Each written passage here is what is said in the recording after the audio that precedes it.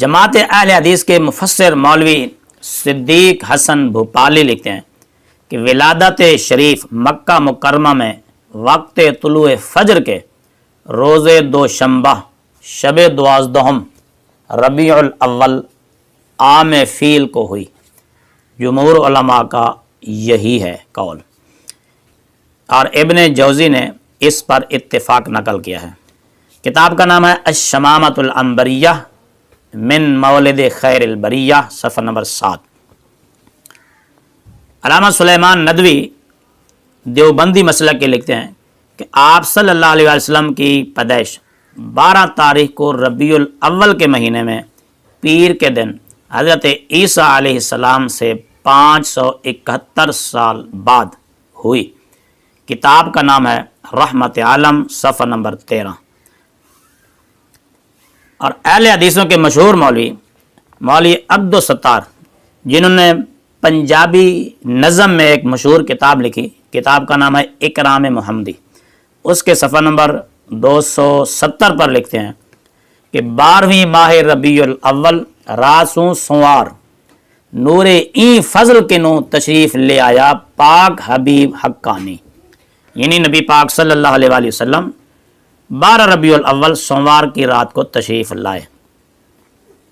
مشہور مولوی اہل حدیث ابراہیم میر صادق سیالکوٹی لکھتے ہیں 12 ربیع الاول 22 اپریل 571 سوسوار کے روز، یعنی سوموار کے روز، نور کے تڑکے امت محمدیہ کے زہ نصیب کہ یہ آیا، رحمت اسے عطا ہوئی۔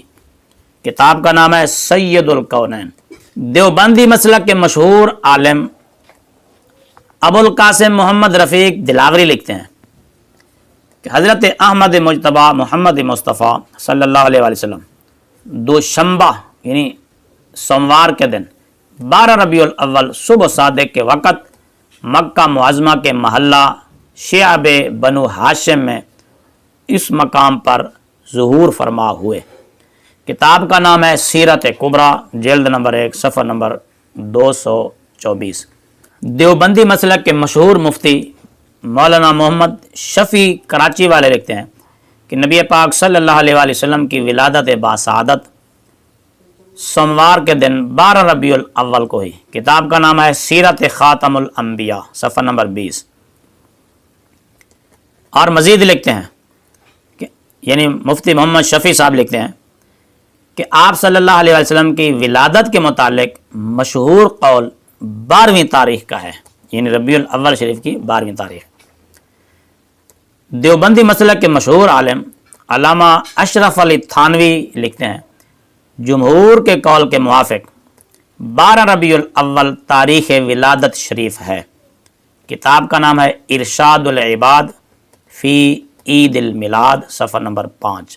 دیوبندی مسلک کے مشہور عالم احمد علی لاہوری لکھتے ہیں احمد مجتبیٰ محمد مصطفیٰ رحمت للعالمین صلی اللہ علیہ وآلہ وسلم 12 ربیع الاول 20 اپریل 571 پیر کے دن عرب دیش کے شہر مکہ میں پیدا ہوئے۔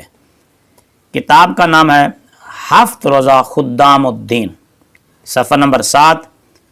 18 مارچ 1977 میں یہ ایک رسالہ چھپا، اور اس رسالہ خدام الدین میں ان مولانا صاحب کا یہ مضمون چھپا، اور اس میں انہوں نے اس بات کی وضاحت کی کہ نبی پاک صلی اللہ علیہ وسلم کی ولادت 12 ربیع الاول سوموار کے دن ہوئی۔